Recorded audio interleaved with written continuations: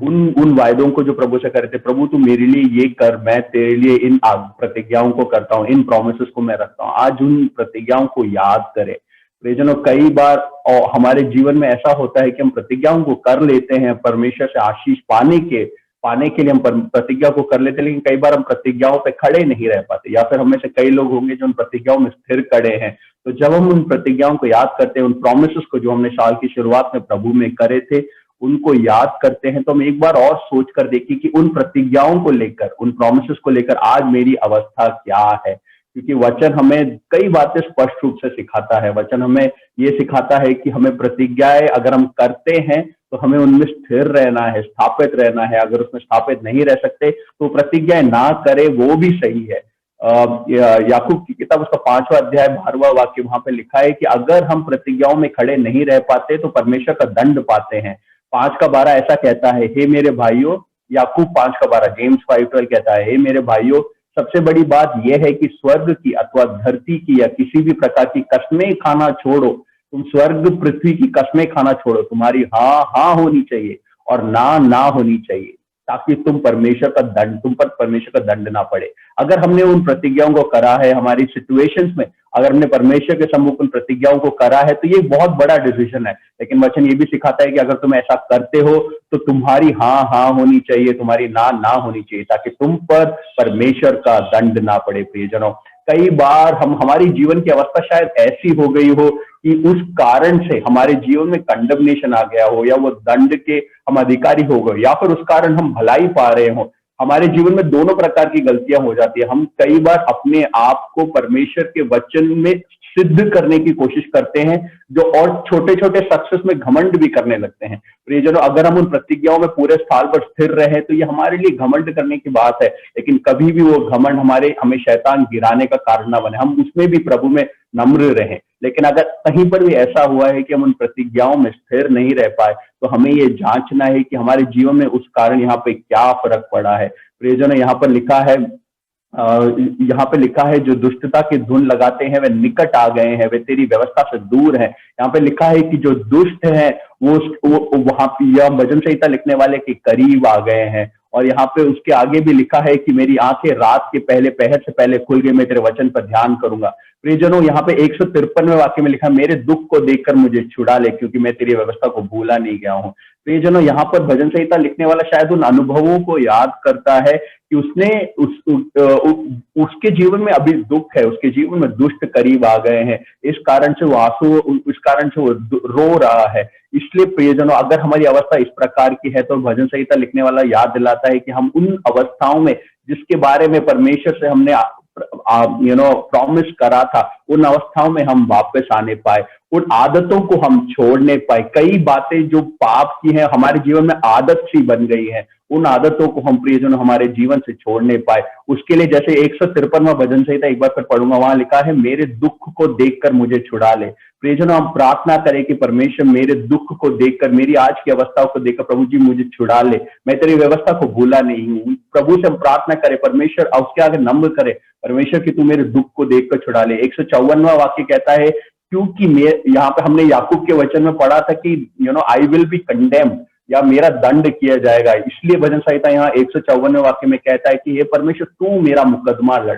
मुझे ये बात बहुत प्रेरित करती है। यहाँ पे वो कहता है कि मैं अपने कामों से ये मुकदमा नहीं जीत सकता। जब परमेश्वर के सम्मुख मेरा न्याय होगा तो मैं अपने कामों से ये मुकदमा बिल्कुल नहीं जीत सकता। इसलिए यहाँ पे लिखा है, मेरा मुकदमा लड़ और मुझे छुड़ा ले, अपने वचन के अनुसार मुझे जिला। बहुत अधिक हमें शांति देने वाला एक वाक्य है, मेरा मुकदमा लड़।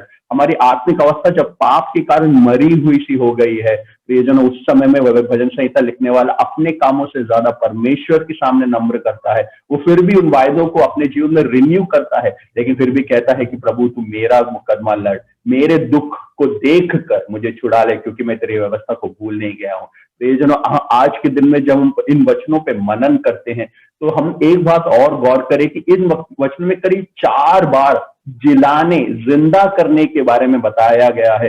भजन संहिता लिखने वाला शायद एक ऐसी अवस्था में है, वो शरीर से मरा नहीं है, लेकिन वो एक मरी हुई अवस्था, एक आत्मा के मरे हुए अनुभव, आत्मा के मरने की अवस्था को यहाँ पर देखता है। मैं यहाँ पे 4 बार ऐसे बताया गया, हम देखते हैं अपनी रीति के अनुसार मुझे जीवित कर, 149वां भजन संहिता 149वां वाक्य कहता है, अपनी रीति के अनुसार मुझे जीवित कर। प्रियजनों, उसके आगे भी हम यहाँ पे देखते हैं, अपने वचन के अनुसार मुझको जिला।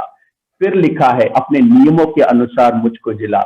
और 156 में, 159 में लिखा है, अपनी करुणा के अनुसार मुझको जिला। यहाँ पे जीवित करने वाले पद को 4 बार बताया गया है। प्रियजनों, हम याद करें, प्रियजनों, हम याद करें कि हमारी अवस्था अगर मरी हुई सी हो गई, अगर ये हमारी आत्मिक अवस्था अगर मरी हुई सी हो गई है, तो प्रियजनों 2 बातें। एक, पहला, हम परमेश्वर के सम्मुख, जैसे यहाँ पे 153 में लिखा है, मेरे दुख के कारण मुझको छुड़ा ले। प्रभु से प्रार्थना करें, प्रिय प्रभु मेरे दुख को देखकर प्रभु जी मुझे छुड़ा ले, मैं तेरी व्यवस्था को भूला नहीं। दूसरा, प्रभु तू मेरे लिए मुकदमा लड़। तीसरा, जो हम जिलाने के विषय में देखते हैं कि हमारी मरी हुई अवस्था से अगर हमें जीवन पाना है, तो हम देखें कि किस कारण मुझे जीवन मिलेगा। पहला, अपनी रीति के अनुसार, through your tradition, through your culture, through your ways, अपनी रीति के अनुसार मुझे छुड़ा। उसके बाद लिखा है, अपने वचन के अनुसार मुझको जिला, थ्रू योर वर्ड।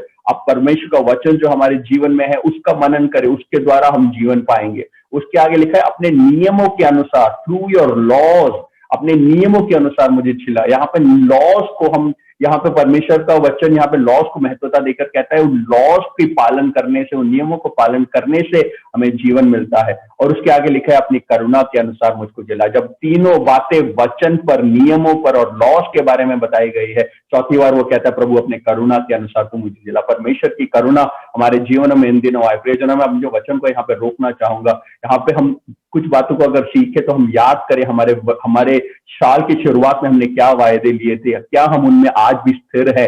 क्या हम स्थिर होने के कारण हमारे मन में घमंड तो नहीं है? लेकिन अगर ऐसा है कि अगर हम स्थिर तो हैं, लेकिन हम स्थिर नहीं है, प्रियजनों, अगर ऐसी अवस्था है कि अगर हमारे जीवनों में उन वायदों को लेकर स्थिर नहीं है, तो कहीं ऐसा तो नहीं कि शत्रु हमारे करीब आ गया, हमें नष्ट कर रहा है? अगर ऐसा है तो प्रियजनों, उन वायदों को याद करें, वापस उसको आने वाले दिनों में रिन्यू करें। बिहेवियर साइंस ऐसा कहता है कि कोई भी बात अगर हमारे जीवन में हैबिट बननी है, तो 21 दिन तक उसे निरंतर हमें करना है। अगर हमें जल्दी उठने की आदत डालनी है, तो हमें 21 दिन तक निरंतर उठने की आदत डालनी पड़ेगी, तब जाके वो एक हैबिट बन जाएगा।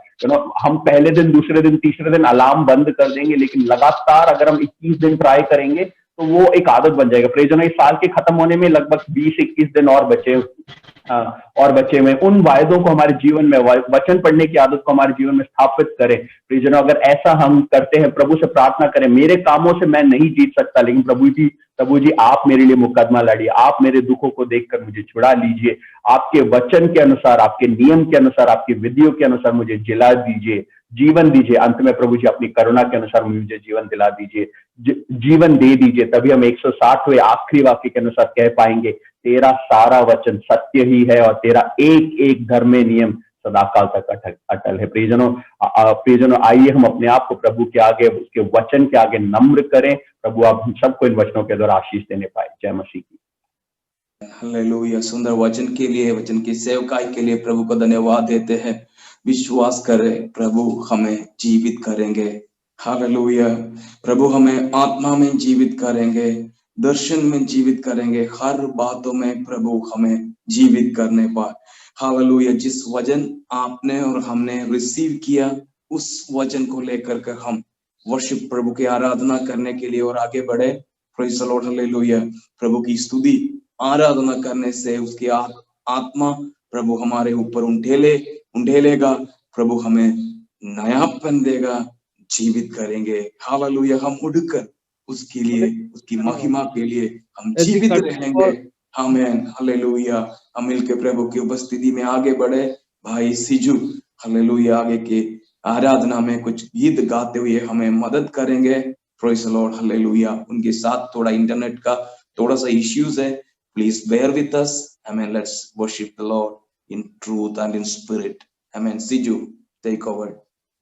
Hallelujah.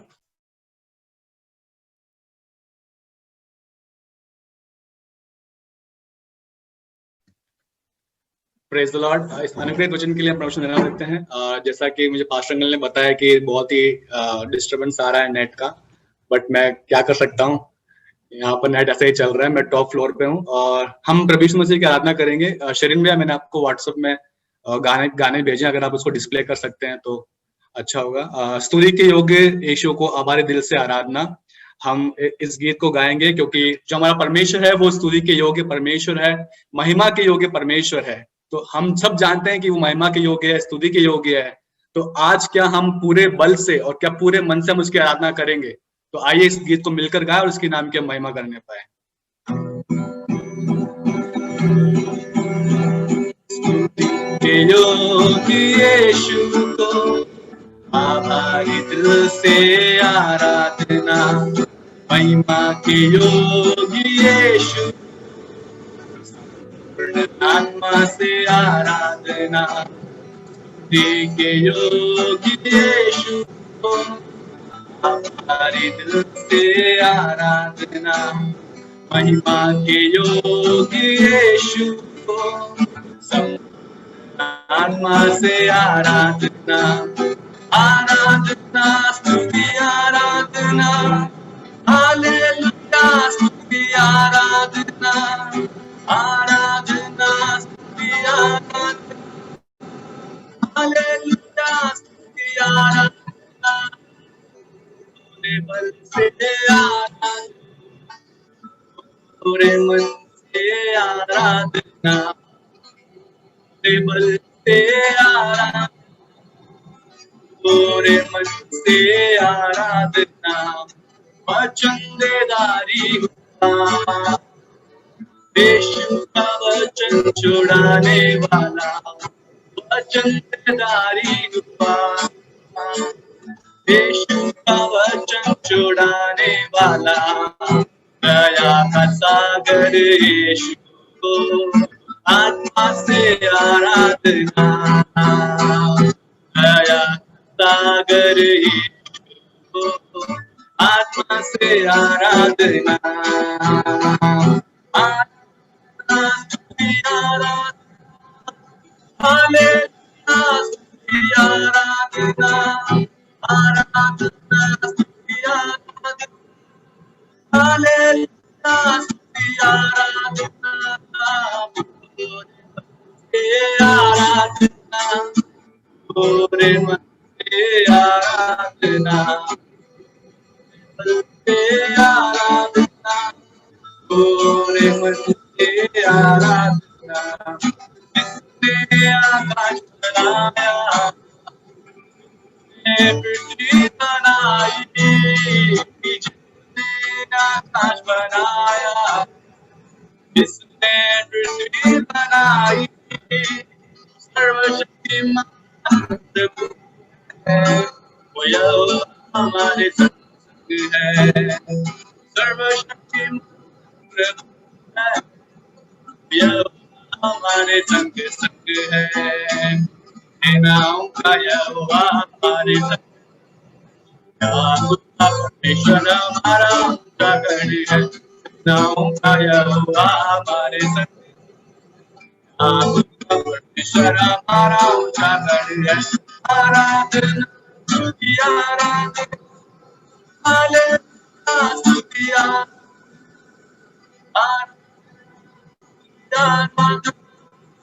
हालेलुया स्तुति आराधना,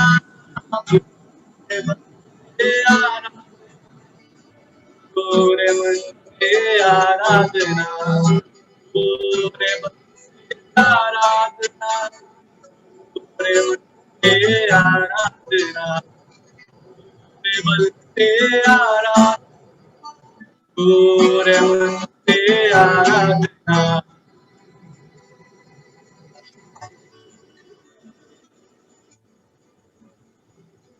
हमें स्तुति के योग्य परमेश्वर है।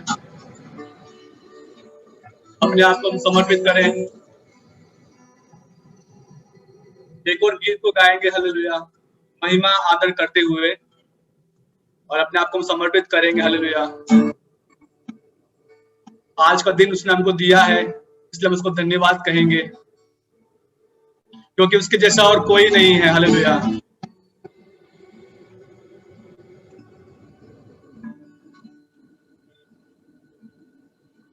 महिमा करते हुए अपने हाथ उठाकर हम आराधना करते हैं।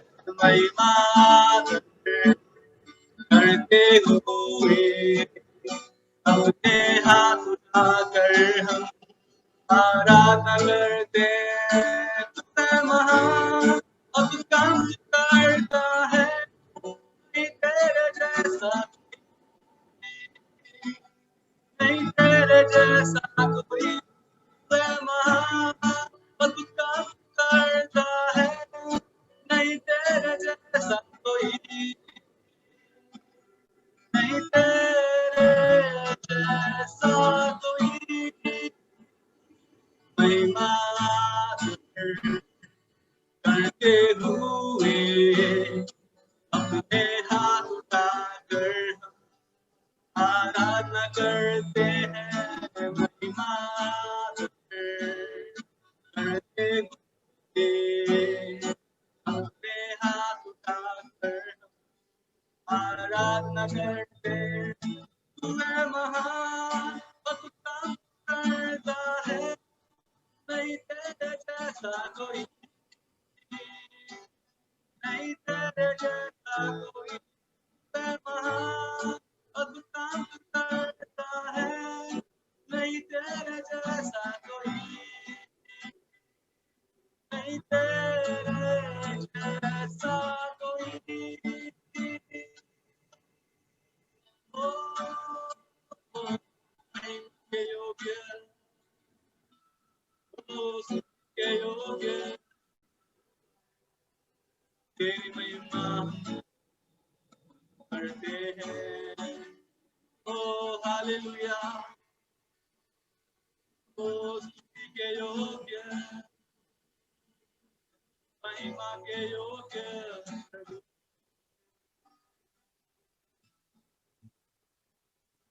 तेरी महिमा।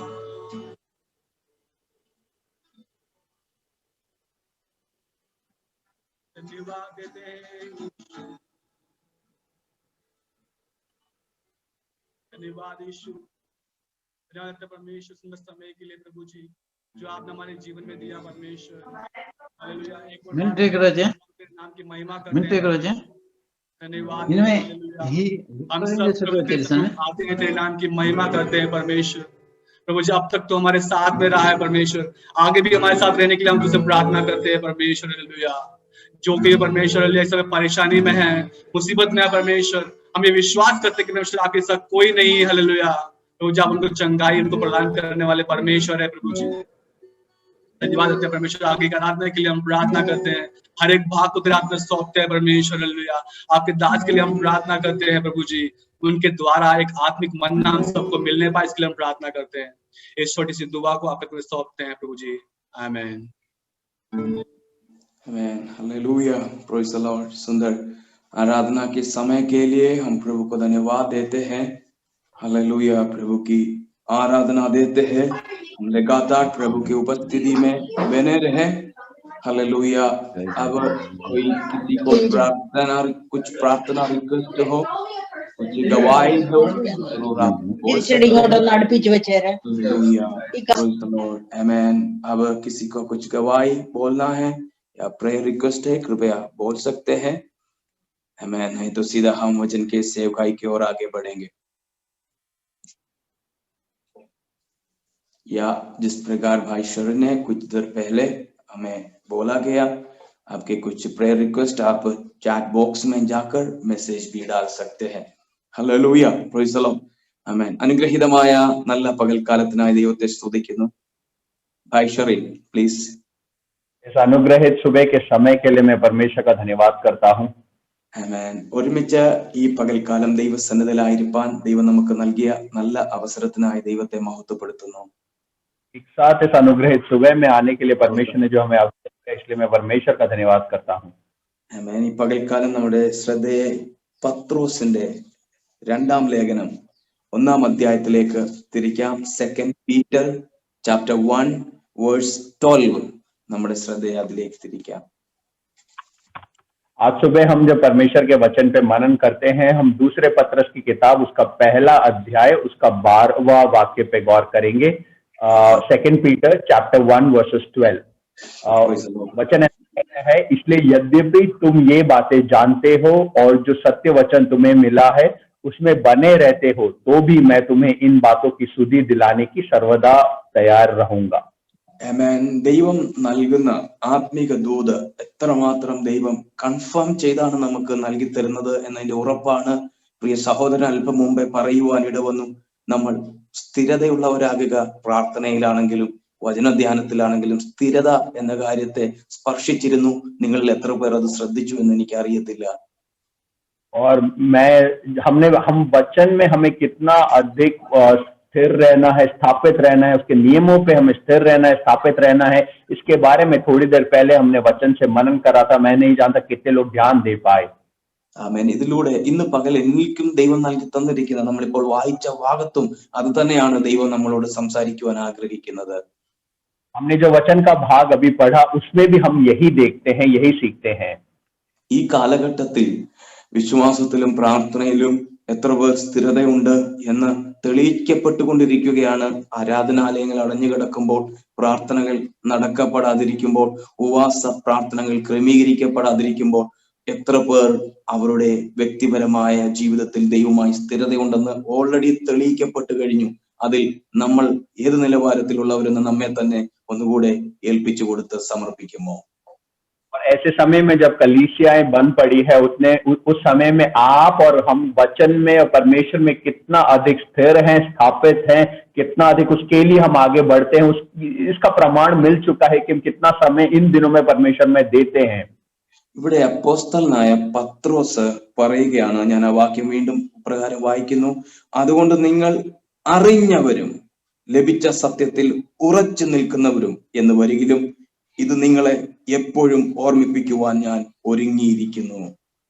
और यहाँ पर प्रेरित पत्रस हमें याद दिलाता है, उसी पढ़े हुए वचन में वो कहता है, इसलिए यद्यपि तुम ये बातें जानते हो और जो सत्य वचन तुम्हें मिला है उसमें बने रहते हो, तो भी मैं तुम्हें इन बातों की सुधि दिलाने को सर्वदा तैयार रहूंगा.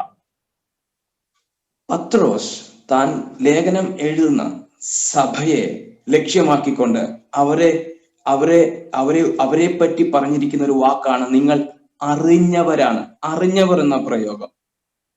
और यहाँ पे पत्रस अपनी कलीसिया को जो ये वचन जानते हैं, इसके बारे में समझते हैं, उनको कहता है कि तुम ये बातें जानते हो, कहता है. इस प्रकार से उनको वो बोलता है.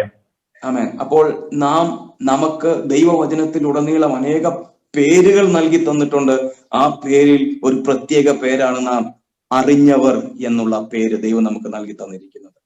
परमेश्वर ने हमें अपनी कलीसिया को कई नामों से बुलाया है. उनमें से एक नाम से जो आज हम पढ़ते हैं बुलाया है, वो यह है कि जानने वाले, या ये बातें जानते हो करके बुलाया है. ദേശത്തിൽ അനേക കാര്യങ്ങൾ എത്ര അറിഞ്ഞാലും തീരാത്ത വണ്ണം അറിവാണെങ്കിലും ആമേൻ ഇൻഫർമേഷൻസ്, ഇതരങ്ങളായ ഡിസ്കവറീസ്, അങ്ങനെയുള്ള കാര്യങ്ങളെല്ലാം എത്ര അറിഞ്ഞാലും തീരാത്ത വണ്ണം വ്യാപിച്ച് സമുദ്രം പോലെ കിടക്കുന്ന അവസ്ഥയാണ്. और एक ऐसी अवस्था जहां पे कितना भी हम लोग जान ले, वो जानकारी कम पड़ गई है. इतनी ज्यादा जानकारी से भरे हुए एक समय में हम लोग हैं. ദൈവം എന്നെയും നിങ്ങളെയും നോക്കിയിട്ട് ഈ പകൽക്കാലം നിങ്ങൾ അറിഞ്ഞവരാണെന്ന് പറയുമ്പോൾ എന്താണ് അറിഞ്ഞത് എന്നുള്ളൊരു ഒരു എൻത്യൂസിയാസം, ഒരു ജിജ്ഞാസ, നമ്മളിൽ ആശ്ചര്യമാകുന്ന ഒരു ജിജ്ഞാസ, എന്താണ് ദൈവമേ ഞാൻ അറിഞ്ഞത് എന്നുള്ള രീതിയിൽ നമുക്ക് ഓരോരുത്തർക്കും ഉണ്ടാകുകയാണ്. और एक ऐसी समय में जब हमारे सामने बहुत ज्यादा इंफॉर्मेशन है, हमें सब नहीं पता, वो सब हमें एब्जॉर्ब नहीं कर पाए हैं, उसके बीच में परमेश्वर हमें देखकर कहता है कि तुम जानते हो. अगर हम इस बातों को देखें तो प्रभु हमें कहता है कि हम जानने वाले लोग हैं. ऐसा सुनने के बाद हमारे जीवन में एक जिज्ञासा होनी चाहिए कि वो क्या बातें हैं जो प्रभु मेरे लिए कहता है कि मैं जानता हूं. കഴിഞ്ഞ ആഴ്ചയിൽ നാം ചിന്തിച്ചത് ദൈവത്തെ 3 നിലവാരത്തിൽ നാം അറിയണം എന്നായിരുന്നു. और पिछले हफ्ते जिस बात पे हमने गौर करा था वो ये था कि हम परमेश्वर को 3 लय में 3 रीति से हम परमेश्वर को जानने वाले बनते हैं. നമ്മുടെ ബുദ്ധി കൊണ്ട് നാം ദൈവത്തെ അറിയണം, ഗ്രഹിച്ചറിയണം. ബുദ്ധി കൊണ്ട് ഗ്രഹിച്ചറിയണം. सबसे पहला हमारी बुद्धि से परमेश्वर को ग्रहण करने वाले, उसे स्वीकार करने वाले होने चाहिए। രണ്ട് നമ്മുടെ ആത്മാവ് കൊണ്ട് ദൈവത്തെ തിരിച്ചറിയണം, ഡിസൈൻ ചെയ്യണം എന്താ ദൈവ ഇഷ്ടമെന്ന്. അത് ആത്മാവിനാൽ മാത്രമേ നടക്കൂ. ആത്മാവ് കൊണ്ട് ദൈവത്തെ തിരിച്ചറിയുക. സ്തോത്രം. और दूसरा हम देखते हैं कि परमेश्वर की आत्मा के द्वारा हम परमेश्वर को जानने वाले, उसको डिसर्न करने वाले, जांचने वाले हम बनने चाहिए। മൂന്നാമതായി നമ്മൾ ധ്യാനിച്ചത് വളരെ ആഴമുള്ളതാണെങ്കിലും പെട്ടെന്ന് നമ്മൾ പറഞ്ഞു പോയത്, സ്തോത്രം, നമ്മുടെ ജീവിത അനുഭവങ്ങൾ കൊണ്ട് കർത്താവിനെ രുചിച്ചറിയണം എന്നുള്ളതായിരുന്നു. और तीसरी बात जो कि बहुत ही गहरा एक विषय है, लेकिन सिर्फ हम उसे छू कर निकल गए थे, वो ये था कि हमारे जीवन के अनुभवों के द्वारा हम परमेश्वर को जानने वाले बनने चाहिए। അപ്പൊ ഈ വാക്യപ്രകാരം ഇന്ന് പകൽ ദൈവം നമ്മോട് പറയുക, നമ്മളെ ബുദ്ധിയാലും ആത്മാവിനാലും അനുഭവത്താലും നാം ദൈവത്തെ അറിഞ്ഞവരത്രേ. സ്തോത്രം. और प्रियजनों, इन वचनों के द्वारा हमें परमेश्वर सिखाता है, हमारी बुद्धि के द्वारा, हमें जो आत्मा मिली है उसके द्वारा, हमारे अनुभवों के द्वारा हम परमेश्वर को जानने वाले हैं। ആരും ബുദ്ധിയിലും ആത്മാവിലും ജ്ഞാനത്തിലും പൂർണ്ണമായി അറിഞ്ഞിട്ടില്ല. പക്ഷെ ദൈവം ദൈവത്തെ പറ്റി ചിലതറിയുവാനൊക്കെയുള്ള ഭാഗ്യം നമുക്ക് നൽകി തന്നു. സ്തോത്രം. हम लोग हमारी बुद्धि, उस आत्मा और हमारे अनुभवों से ही हम परमेश्वर को पूरा नहीं जांच पाए हैं, जान पाए हैं। हम नहीं जान सकते, लेकिन वचन सिखाता है कि हम कुछ तो परमेश्वर के बारे में समझ सकते हैं, जान सकते हैं। സഭയോട് പറയുക, നിങ്ങൾ അറിഞ്ഞവരും മാത്രമല്ല, അറിഞ്ഞത് എന്താണ് സത്യമാണ്. അതാ പറഞ്ഞത്, നിങ്ങൾ അറിഞ്ഞവരും ലഭിച്ച സത്യത്തിൽ ഉറച്ചു നിൽക്കുന്നവരും. അപ്പോൾ അതിനർത്ഥം നിങ്ങൾ അറിഞ്ഞത് സത്യമാണ്, ആ അറിഞ്ഞ സത്യത്തിൽ നിങ്ങൾ ഉറച്ചു നിൽക്കുന്നവരുമാണ്. സ്തോത്രം. और प्रियजन, यहाँ वचन में हम यहाँ पे पत्रस कहता है कि तुम जानते हो और जो तुमने जाना है वो सत्य है, उसके बारे में प्रेरित पत्रस यहाँ पे कहता है। 12वां वाक्य कहता है, इसलिए यद्यपि तुम ये बातें जानते हो और जो सत्य वचन तुम्हें मिला है उसमें बने रहते हो। इसका अर्थ है कि तुम जो जानते हो वो सत्य वचन है।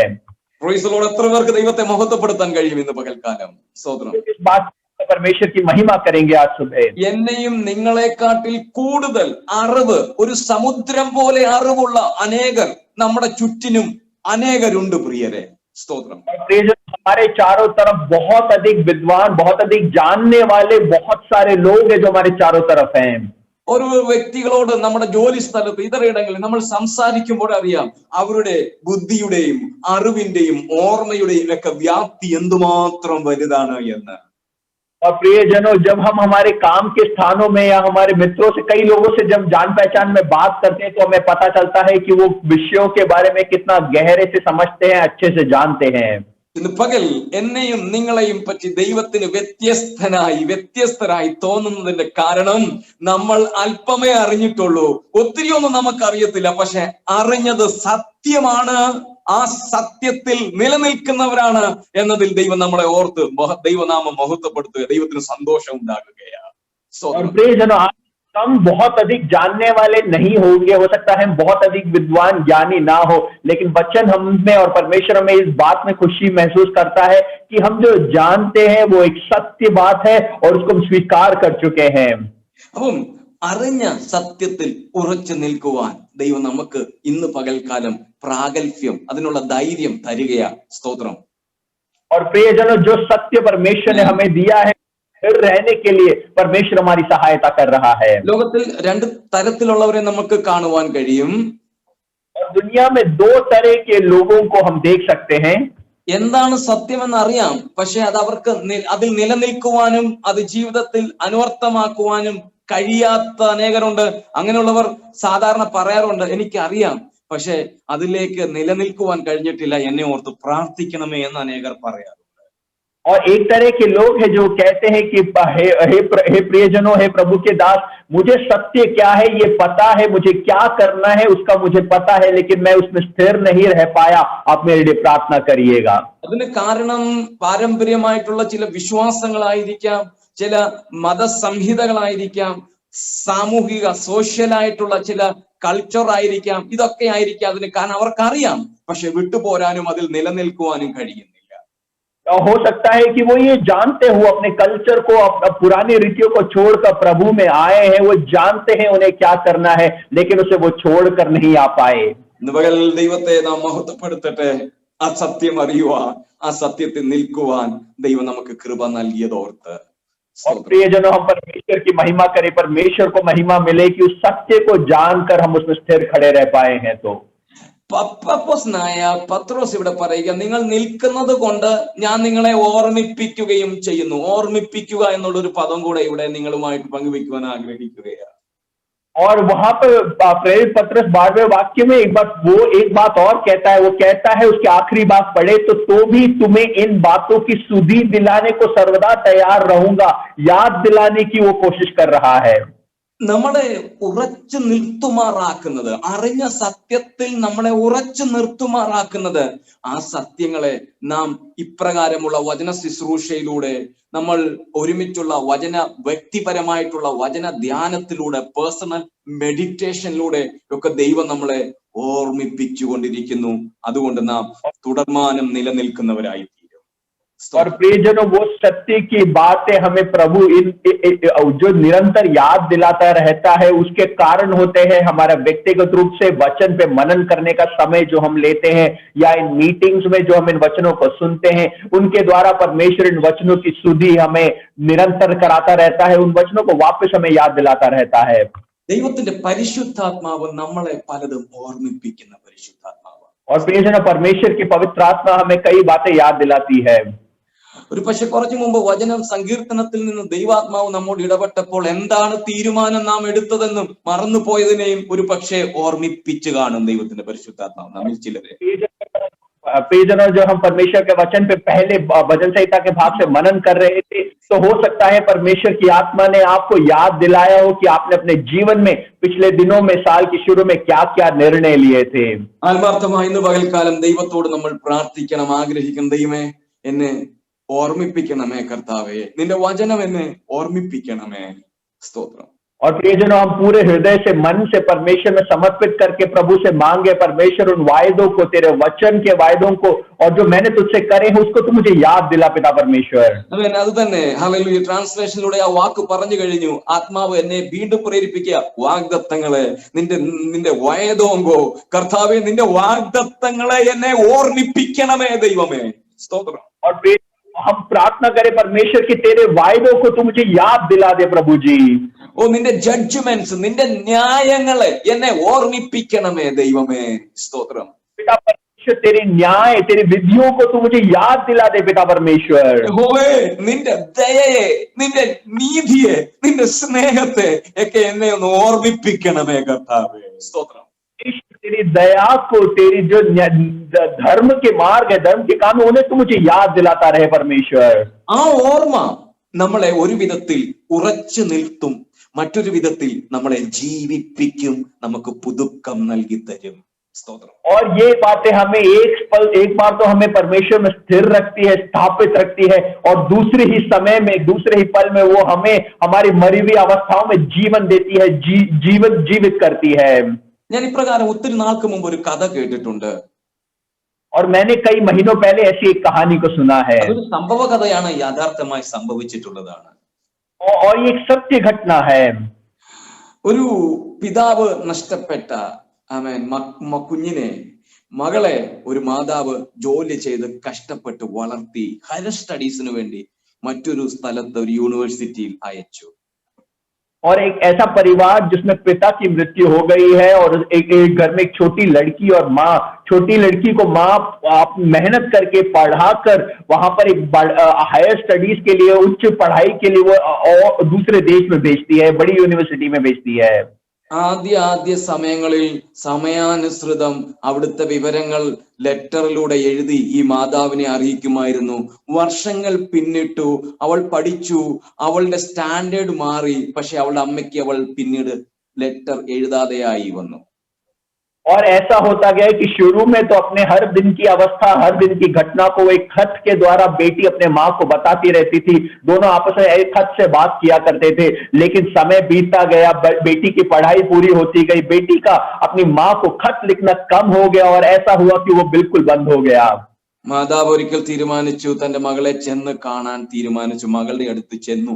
മകൾ മറ്റുള്ള കൂട്ടുകാരുടെ മധ്യത്തിൽ ഈ മാതാവിനെ കണ്ടിട്ട് ഏകദം ആ മാതാവിനെ തിരസ്കരിച്ചു, റിജക്ട് ചെയ്തു, സംസാരിക്കാൻ തയ്യാറാകാതെ. കാരണം അവളുടെ സ്റ്റാൻഡേർഡിനനുസരിച്ച്, നിലവാരം അനുസരിച്ചുള്ള, അവളുടെ കൂട്ടുകാരുടെ മാതാപിതാക്കളെ വെച്ചനുസരിച്ചുള്ള സ്റ്റാൻഡേർഡ് കാണുവാനുള്ള സുന്ദരത ഈ മാതാവിന് ഇല്ലാത്ത കാരണത്താൽ അവൾ ഈ മാതാവിനോട് സംസാരിക്കാൻ ആഗ്രഹിക്കാതെ തിരിഞ്ഞു മറന്നു പോയി. और जब ऐसे में माँ ने एक निर्णय लिया कि बहुत दिन हो गए बेटी से बात नहीं हुई, उनसे मिलना चाहेंगी करके वो अपने घर से निकल जाती है और अपनी बेटी से मिलने के लिए उस दूसरे स्थान में पहुंचती है। लेकिन जब ये माँ उस बेटी से मिलने जाती है तो बेटी को लज्जा महसूस होती है कि ये कौन आ गया, क्योंकि आज बेटी का जो लेवल है, जो स्टेटस है और जो माँ का स्टेटस है, वो दोनों में बहुत ज्यादा फर्क आ गया है। वो बेटी अपनी माँ को रिजेक्ट कर देती है, उसे छोड़ देती है, उसे मुंह फेर के चली जाती है। വളരെ വേദനയോടെ മാതാവ് മടങ്ങി വീട്ടിലേക്ക് വന്നു. और माता बहुत अधिक दर्द में, दुख में वापस अपने घर आती है। എന്നാൽ മാതാവ് എങ്ങനെയാണ് ഈ ജോലി ചെയ്യുന്നത് എന്ന്, അതായത് ആ മാതാവ് കല്ല് ചുമക്കുക, പാറ ചുമക്കുകയായിരുന്നു മാതാവിന്റെ പണി. ആ മാതാവിന്റെ ജോലി മേഖലയിൽ ജോലി ചെയ്യുന്ന ഒരു ഫോട്ടോ എടുത്തിട്ട് ഈ മകൾക്ക് അയച്ചു കൊടുത്തു. और प्रियजनों, वो माता जो जिस प्रकार से अपने बेटी को बड़ा किया था, जो नौकरी वो करती थी वो ये थी कि वो पत्थर उठाने का काम वो करती थी और उस पैसे से बेटी को बड़ा किया था। माँ ने घर जाने के बाद ऐसी एक तस्वीर जिसमें वो काम कर रही है, उस तस्वीर को अपनी बेटी को भेजा। ഈ ഫോട്ടോ അവൾ കണ്ടിട്ട് ഭയങ്കരമായിട്ട് എങ്ങനെയാണ് അവളെ ഈ പ്രായത്തിൽ, ഈ നിലവാരത്തിൽ അവളുടെ മാതാവ് വളർത്തിയെന്ന ഓർമ്മ വരികയും അവൾ കരഞ്ഞ് നിലവിളിച്ചുകൊണ്ട് ആ മാതാവിന്റെ അടുക്കിലേക്ക് മടങ്ങി വന്ന് അവൾ ക്ഷമ അപേക്ഷിക്കുവാൻ ഇടവന്നു. और उस तस्वीर को देखने के बाद यहाँ पर वो बेटी को याद आता है कि किस अवस्थाओं में उसकी माँ ने उसको बड़ा किया, उसकी पढ़ाई कराई। जब उसे वो दिन याद आते हैं तो वो रो पड़ती है और आंसुओं में माँ के पास हो जाती है। പ്രിയരെ, ഇപ്രകാരം ദൈവത്തിന്റെ പരിശുദ്ധാത്മാവ് നമ്മെ ഓർമ്മപ്പെടുത്തുന്നത് എന്തിനാണെന്നറിയാമോ? ആ ഓർമ്മപ്പെടുത്തലിന്റെ അടിസ്ഥാനത്തിലാണ് നാം എപ്പോഴും ക്രിസ്തു യേശുവിൽ സ്ഥിരതയുള്ളവരായി, ഉറപ്പുള്ളവരായി, വിശ്വാസ യോഗ്യതയോടുകൂടെ നിൽക്കാൻ നമ്മളെ സഹായിക്കുന്നത്. സ്തോത്രം. और प्रियजनों, उसी प्रकार से प्रियजनों, हम परमेश्वर हमसे चाहता है कि हम उस विश्वास योग्यता के साथ उसके सम्मुख हम बने रहें। ആമേൻ. മറ്റ് സാധാരണ രീതിയിലുള്ള ക്രിസ്ത്യൻസ് ചിലര് ക്രൂശിന്റെ ഒരു ക്രോസ് കെട്ടിത്തൂക്കിക്കൊണ്ട് നടക്കുന്നത് നമുക്ക് കാണാൻ കഴുത്തിൽ. और हम देखते हैं कि कई मसीही समुदायों में वो अपने धर्म को, अपने जो फेथ है उसको इस प्रकार से प्रकट करते हैं कि क्रॉस को, एक लकड़ी के क्रॉस को अपने गले में नेकलेस बनाकर वो घूमते हैं। എന്നാൽ ഇന്ന് പകൽ ആമേൻ ഒരു ക്രോസ് തൂക്കിയിട്ടുകൊണ്ടോ അല്ലെങ്കിൽ കർത്താവിന്റെ ഫോട്ടോ മുന്നിൽ വെച്ചുകൊണ്ടോ അല്ല, നമ്മുടെ ഹൃദയത്തിൽ എപ്പോഴും യേശു എനിക്ക് വേണ്ടി മരിച്ചതും എനിക്ക് നൽകിയ വാഗ്ദത്തങ്ങളും ഒക്കെ നാം ഓർക്കുന്നവരായിരിക്കണം.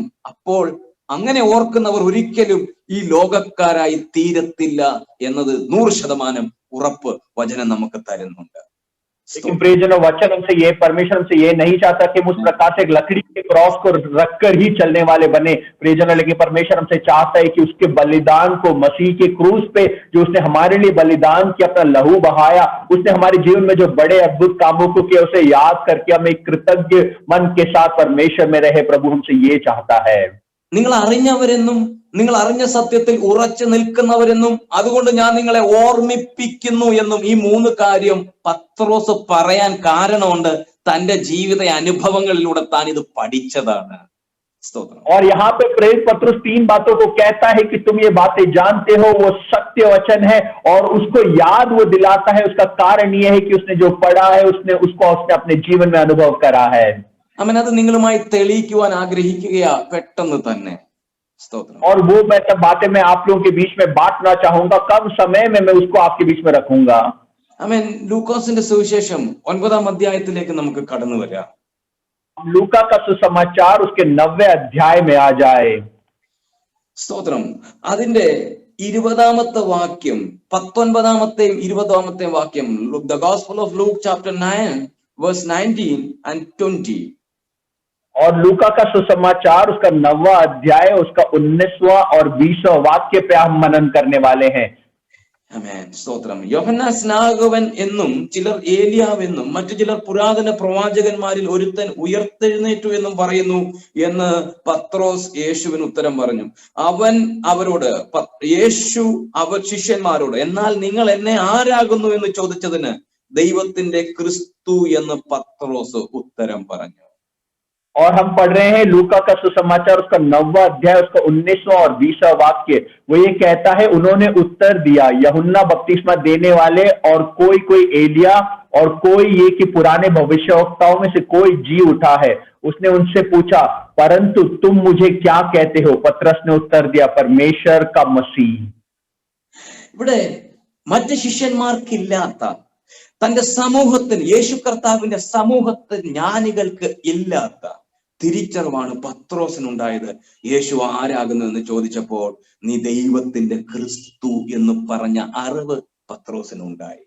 स्तोत्र। और यहाँ पर जो बाकी लोगों को और विद्वानों को जो प्रकाशन नहीं मिला, वो यहाँ पे प्रकाशन पतरस को मिला। जब उससे पूछा गया कि तू क्या समझता है कि मैं कौन हूं, पतरस कहता है कि परमेश्वर का मसीह।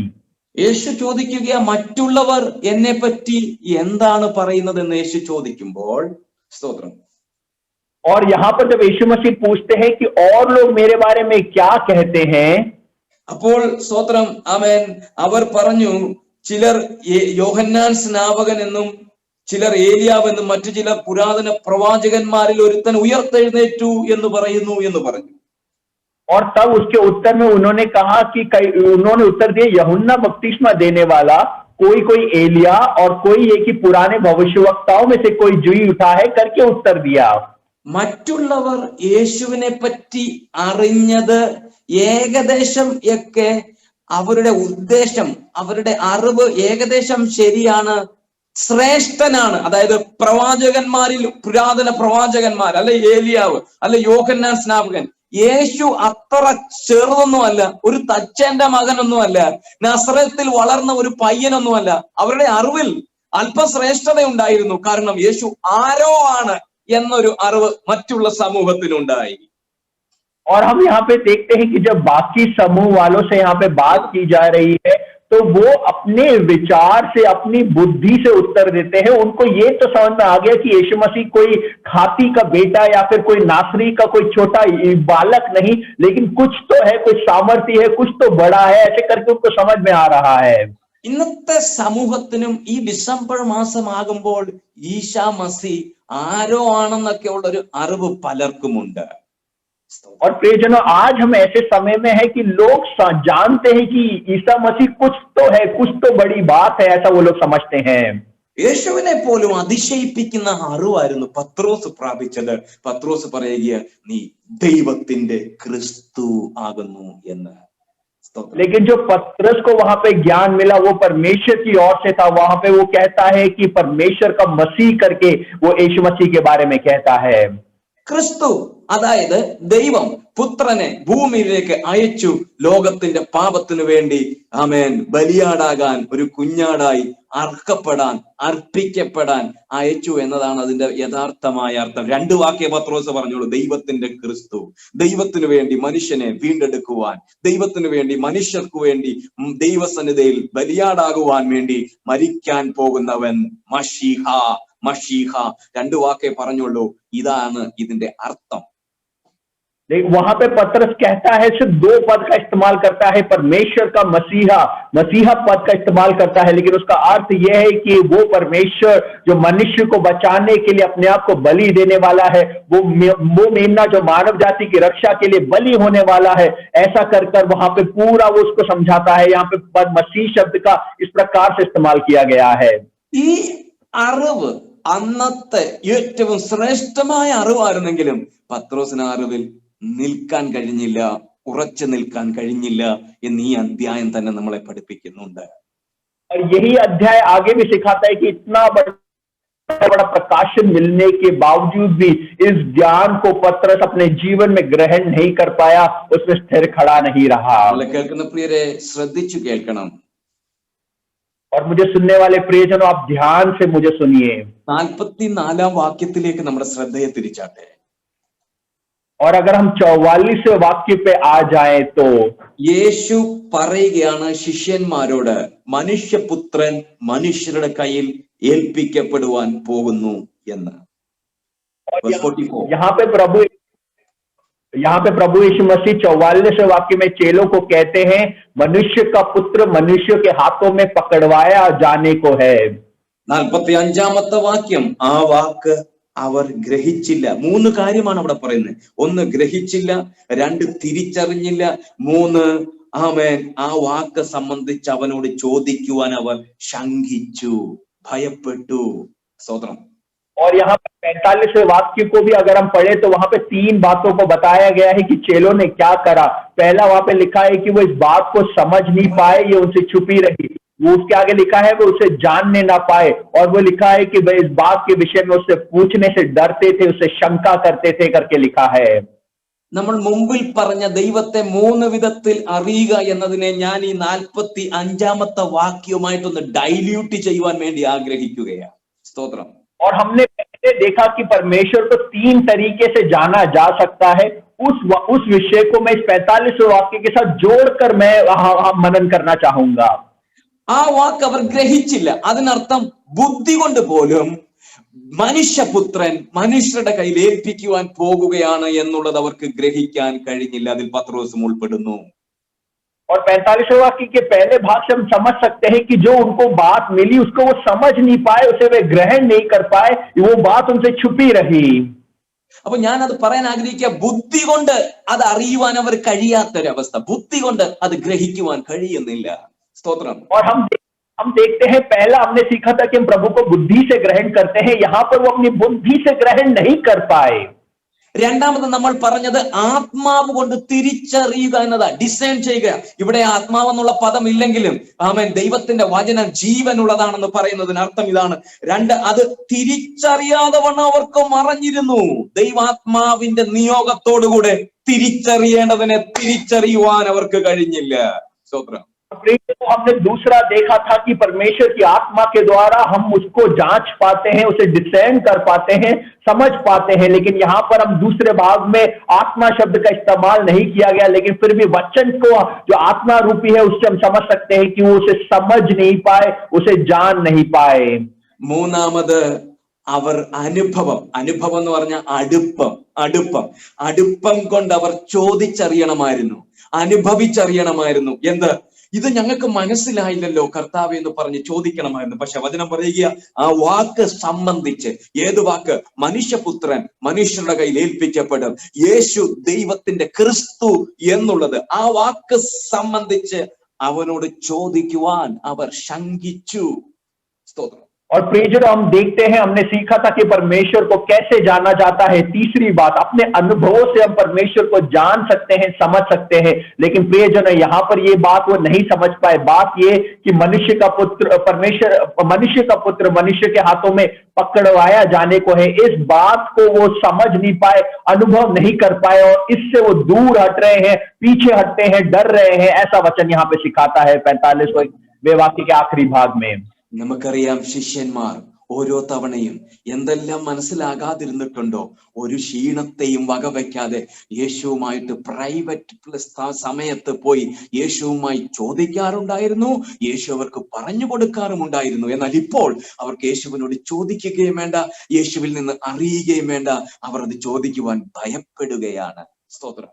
और प्रियजनों, ये एक ऐसा समय आ गया है प्रियजनों कि अब यहाँ पर चेले अपने जीवन भर जब मसीह के साथ थे तो बार बार अपनी बातों को, अपनी शंका को मसीह के साथ जाके पूछते थे, बात करते थे, बिना डरे मसीह से वो सवाल किया करते थे. लेकिन आज ये एक ऐसा समय आ गया कि वो मसीह से डर रहे हैं, उससे बात नहीं कर पाते, अपने दिल को नहीं खोल पा रहे. പകൽക്കാലം വളരെ ശ്രദ്ധിച്ചു കേൾക്കണം.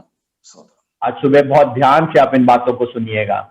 ദൈവത്തിന്റെ ക്രിസ്തു എന്നൊരിക്കൽ അറിവ് പ്രാപിച്ചവൻ ലേഖനത്തിലൂടെ പറയുകയാണ്, നിങ്ങൾ അറിഞ്ഞു, അതിൽ ഉറച്ചു നിൽക്കുന്നു. അപ്പോൾ ആ പത്രോസ് തന്റെ പിൽക്കാലത്ത് അറിഞ്ഞതിൽ ഉറച്ചു നിൽക്കാൻ കഴിയാതെ വഴുതി പോയവനായിരുന്നു. പക്ഷെ ഞാൻ ദൈവത്തെ സ്തുതിക്കുകയാ, വഴുതി പോയി, നശിച്ചു പോയില്ല.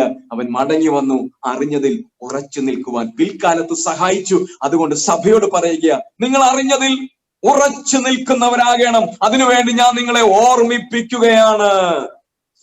प्रेजर पतरस क्षण भर के लिए, थोड़े समय के लिए हो सकता है पीछे हट गया हो, जो उसने सुना था, जाना था, उसे समझ नहीं पाया हो, लेकिन आने वाले दिनों में पतरस ने परमेश्वर में और अधिक स्थापित हुआ और इतना अधिक परमेश्वर को जाना कि वो कलीसिया को भी सिखाता है कि जो तुमने जाना है वो सत्य है, और उसके पीछे हो लेने के बारे में वो कलीसिया को प्रेरित करता है। 10 മിനിറ്റിനകത്ത് നമ്മുടെ ആരാധന ഇവിടെ തീരും. പക്ഷെ ഈ ദൈവിക വചനം ഇന്ന് പകൽ നമ്മൾ റിസീവ് ചെയ്യണം. സ്തോത്രം. और प्रियजनों, आने वाले 10 मिनट में हमारी आराधना खत्म होगी, लेकिन वचन को आप अपने जीवन में स्वीकार करिए. ബുദ്ധി കൊണ്ട് ഗ്രഹിച്ചത്, ആത്മാവ് കൊണ്ട് തിരിച്ചറിഞ്ഞത്, സ്തോത്രം, അനുഭവം കൊണ്ട് രുചിച്ചറിഞ്ഞതിനെ എങ്ങനെ നമ്മുടെ ജീവിതത്തിൽ നിലനിർത്താൻ കഴിയും? ഹൗ ഇറ്റ് ക്യാൻ ഹാപ്പൻ എന്നുള്ളത് അടുത്ത ചോദ്യം. और प्रियजनों, जो आपने बुद्धि से जाना, आत्मा से जांचा और अपने अनुभवों से जो आपने स्वीकार करा, उसको किस प्रकार से आप समझ सकते हैं, जीवन में ग्रहण कर सकते हैं, उसके बारे में हम लोग मनन करेंगे. എന്തുകൊണ്ടാണ് ഇവർക്ക് കഴിയാതിരുന്നതെന്നുള്ള ഈ വചനത്തിൽ വ്യക്തമായിട്ട് പറയുന്നുണ്ട്. और ये ऐसा क्यों नहीं कर पाए, उसके बारे में वचन यहाँ पे स्पष्ट रूप से सिखाता है. 46 വാക്യത്തിൽ പറയുക, അവർക്ക് ചോദിച്ചറിയാനൊന്നും അല്ല സമയം. അവരുടെ സമയം എന്തിനു വിലയിരുത്തുവാന്നറിയാമോ? അവർ തമ്മിൽ ആരാ വലിയവൻ എന്നുള്ള വാദം. അവർ വാദത്തിന് മാത്രം സമയത്തെ വേർതിരിക്കുകയാണ്. और हम 46वें वाक्य में यहाँ पर देखते हैं कि वो ये नहीं चाहते कि क्या उन बातों को गहरे में समझ के स्वीकार कर सके, लेकिन वो अपना समय वाद विवाद करने में व्यर्थ करते हैं. 46वां वाक्य कहता है, फिर उनमें ये विवाद होने लगा कि हम में बड़ा कौन है. 49ാമത്തെ വാക്യത്തിലേക്ക് നോക്കിക്കോ. അവിടെ ഇതാ ആരോ, അവരറിയാത്തവർ ആരോ യേശുവിന്റെ നാമത്തിൽ ഭൂതങ്ങളെ പുറത്താക്കുന്നു. ഇത് ഇവർക്ക് തീരെ പിടിച്ചില്ല. ഇത് ഇവരുടെ മാത്രം കസ്റ്റഡിയിലുള്ള അധികാരമായി വെച്ചിരുന്നതാ. ഇപ്പോൾ അവർ യേശുവിനോട് വന്നിട്ട് പറയുക, ഞങ്ങളോടുകൂടെ നിന്നെ അവർ അനുഗമിക്കുകയാൽ ഞങ്ങൾ അവരെ വിരോധിക്കട്ടെ എന്ന് ചോദിക്കുന്നുണ്ട്. അപ്പം വാദമായി, വിരോധമായി, എതിരായി അവരുടെ ജീവിതത്തിൽ. और यहाँ पे हम 49वें वाक्य में 49 में हम देखते हैं कि कोई और व्यक्ति मसीह के नाम से जब भूतों को निकाल रहा है, तो ये बात उन्हें स्वीकार योग्य नहीं है, क्योंकि उनको लगा कि हमारा प्राइवेट डिपार्टमेंट है, ये हम ही कर सकते हैं. और यहाँ पर उसका विरोध करते हैं. वो कहते हैं, तब यूहन्ना ने कहा, यूहन्ना कहता है, हे स्वामी, हमने एक मनुष्य को तेरे नाम से दुष्टात्माओं को निकालते देखा और हमने उसे मना किया, क्योंकि वह हमारे साथ होकर तेरे पीछे नहीं हो लेता है. आमीन. ഹല്ലേലൂയ. പ്രിയരെ, അവർ വിരോധിക്കുവാൻ തയ്യാറായി നിൽക്കുന്നു. और प्रियजनों, हम यहाँ पर देखते हैं कि वो विरोध करने वाले बन गए हैं. പെട്ടെന്ന് ഞാൻ നിങ്ങളുമായിട്ട് ഒരു ദൂത് പറയട്ടെ. और जल्दी से मैं आपके साथ एक संदेश को बांटना चाहूंगा. ഈ കൊറോണ കാലം പെട്ടെന്ന് തീരും. और ये कोरोना का समय खत्म होने वाला है. അത് ഈ വാക്സിൻ തെരഞ്ഞെടുത്ത് വാക്സിൻ കണ്ടുപിടിച്ചത് കൊണ്ടൊന്നും അല്ല, ദൈവം നിയന്ത്രിക്കാൻ പോവുകയായി ഈ കൊറോണ കാലത്തെ. और प्रियजनों, ये इसलिए नहीं कि वैक्सीन आने वाली है, लेकिन इसलिए कि परमेश्वर इस पर नियंत्रण करने वाला है. എനിക്ക് കൊറോണ തീരുന്നതോ വാക്സിൻ വരുന്നതോ അല്ല എനിക്ക് വിഷയം. और कोरोना खत्म होना या नहीं होना, या वैक्सीन आना नहीं आना नहीं है मेरा विषय. പക്ഷെ എന്നെ വേദനിപ്പിക്കുന്ന, എന്നെ ചിന്തിപ്പിക്കുന്ന ഒരു സംഭവം എന്ന് പറയുന്നത്, लेकिन जो बात मुझे दर्द देती है, जो बात मुझे सोचने में मजबूर करती है, वो ये है, യേശുവിനെയും യേശുവിന്റെ നാമത്തെയും ഈ വചനത്തെയും ഞാൻ എന്റെ സ്വത്തായിട്ട് ഏറ്റെടുത്ത് ഇങ്ങനെ നിൽക്കുകയാ. പക്ഷെ അതിൽ ഞാൻ ഉറപ്പില്ലാതെ, അതിൽ ഞാൻ വഴുതിപ്പോയി നിൽക്കുമ്പോൾ എന്നെയും നമ്മളെയും അതിശയിപ്പിച്ചുകൊണ്ട് ചില കല്ലുകളെ ദൈവം സംസാരിപ്പിച്ച് നമ്മൾ അവൻ ഉപേക്ഷിച്ചിട്ടിരുന്നതിനെ, നമ്മൾ പ്രതീക്ഷിക്കാത്തതിനെ ദൈവത്തിന്റെ മഹത്വം ദൈവം പകർന്നു കൊടുത്ത് എഴുന്നേൽപ്പിക്കാൻ പോകുകയാണ് ഈ കാലഘട്ടങ്ങൾ കഴിയുമ്പോൾ. അപ്പോൾ നമ്മൾ റിജക്റ്റ് ആയി പോകാതെ എന്നെയും നിന്റെ മഹത്വം വെളിപ്പെടുത്തി നിനക്ക് വേണ്ടി പ്രയോജനമുള്ളവനാക്കണമേ എന്ന് പ്രാർത്ഥനയോടുകൂടെ വേണം നമ്മൾ ഈ കാലഘട്ടങ്ങളിൽ സമയത്തെ വിനിയോഗിക്കുവാൻ. मेरा है कि जब इन समयों में कहीं ऐसा ना हो कि हम लोग जब मसीह के दूसरे आगमन में, मसीह के जब हमें बुलाए जाने पर हम लोग रिजेक्ट हो जाए या हम लोग नकार दिए जाए, हमारे कामों से, हमारे विचारों से के कारण हम लोग पीछे कर दिए जाए. प्रियजनों, ऐसा ना हो, लेकिन हम उसके लिए तैयार रहे, उसके दिन के लिए अपने आप को निरंतर तेज करते रहे. यही मेरा विचार है. ചിലർ ഈ കാലഘട്ടങ്ങളിൽ യേശുവിന്റെ നാമത്തിൽ ശക്തി പ്രാപിച്ച് എഴുന്നേൽക്കാൻ പോകുകയാ. സ്തോത്രം. इन दिनों, इन समयों में कुछ लोग होंगे जो परमेश्वर के नाम से सामर्थ्य पाकर खड़े होने वाले हैं. അവർക്കൊരു പക്ഷേ ഒരു ബിൽഡിംഗ് ചർച്ച് ഇല്ലായിരിക്കാം, പക്ഷെ അവർ നിൽക്കുന്നിടത്ത് ജനം ഓടിക്കൂടാൻ പോകുകയാ. സ്തോത്രം. हो सकता है कोई बिल्डिंग या अलग कलीसिया ना हो, लेकिन वो जहां पर होंगे वो मसीह में लोग उनके पास इकट्ठे होंगे.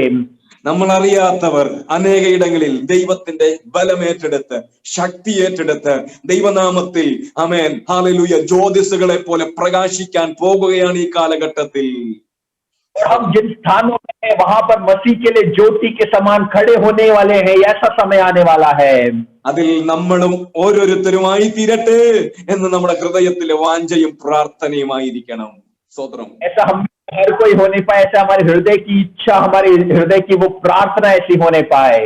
വേഗം പറഞ്ഞു പോകട്ടെ. 54-ാമത്തെ വാക്യത്തിലേക്ക് വരുമ്പോൾ, വേഴ്സ് 54 വരുമ്പോൾ, ഇവിടെ ഇതാ ആദ്യം വാദം കൊണ്ട് ആരംഭിച്ചു, വിരോധം കൊണ്ട് തുടർന്നു, ഇപ്പോൾ അവർ നശിപ്പിക്കാൻ വേണ്ടി ആഗ്രഹിക്കുകയാ. അവർക്ക് ലഭിച്ച അധികാരത്തെ ദുർവിനിയോഗം ചെയ്തുകൊണ്ട് ശമരിയ പട്ടണത്തെ തീയിറക്കി നശിപ്പിക്കട്ടെ എന്ന് കർത്താവിനോട് ചോദിച്ചുകൊണ്ട് നിൽക്കുന്നു. और यहाँ पर हम देखते हैं कि सबसे पहले उन्होंने वाद विवाद करना शुरू करा. उसके आगे हम देखते हैं कि उन्होंने विरोध करना शुरू करा. लेकिन अगर 54वें वाक्य पे गौर करें तो वहां पर वो नष्ट करने के बारे में, गिराने के बारे में यहाँ पर मांगते हैं. वहां लिखा है, ये देखकर उसके चेले याकूब और यूहन्ना ने कहा, हे प्रभु, क्या तू चाहता है कि हम आज्ञा दे कि आकाश से गिरकर उन्हें भस्म कर दे. उन्हें नष्ट करने के बारे में उनका विचार हो गया है. അവരുടെ അധികാരം അവർ ദുർവിനിയോഗം ചെയ്യാൻ തയ്യാറാകുകയാ. को जो अधिकार मिला है उसका वो गलत इस्तेमाल कर रहे हैं. അറിഞ്ഞവർക്കാണ് ഈ പരാജയം പറ്റിപ്പോയതെന്ന് നാം ഓർക്കണം. आपको ये जानना जरूरी है कि ये वो लोग हैं जिनको जो समझ रखते हैं, लेकिन वो लोग हार गए हैं. ബുദ്ധി കൊണ്ട് ഗ്രഹിച്ചവർ, ആത്മാവ് കൊണ്ട് തിരിച്ചറിഞ്ഞവർ, അനുഭവം കൊണ്ട് അടുത്തറിഞ്ഞവർക്കാണ് ഈ പരാജയം പറ്റിയത്.